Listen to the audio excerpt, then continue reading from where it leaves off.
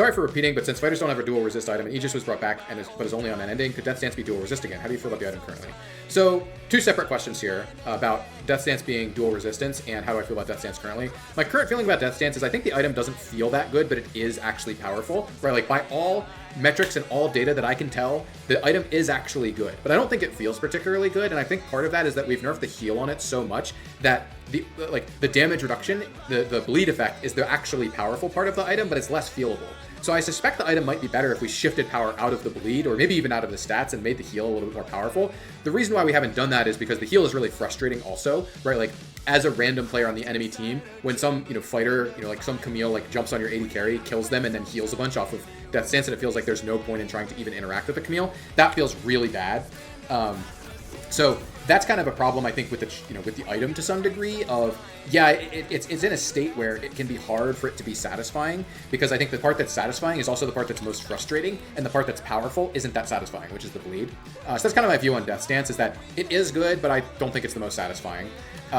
Specifically on the dual resistance thing, I personally am generally not a fan of dual resistance items. I think for the most part they cheapen the item system to some degree, and if we want people to have generic defenses, I think that is what health is for, right? Like, that's why fighter items have health, right? To me, giving an item dual resistance doesn't really make that much sense for the most part, with the exception of Jackshow. I think Jackshow's a really good item in the dual resistance space, because the reason why it has dual resistances is because it's a resistance multiplier. And so it's not that good unless you have other resistances already, or you're planning to build more resistances. And so in that space, it's like, I don't think it cheapens the item system around counters, because it's like, well, if you're building Jackshow, you're already planning on building other resistances, or you already have. And so you're getting value out of that, right? And that doesn't cheapen that part of the system.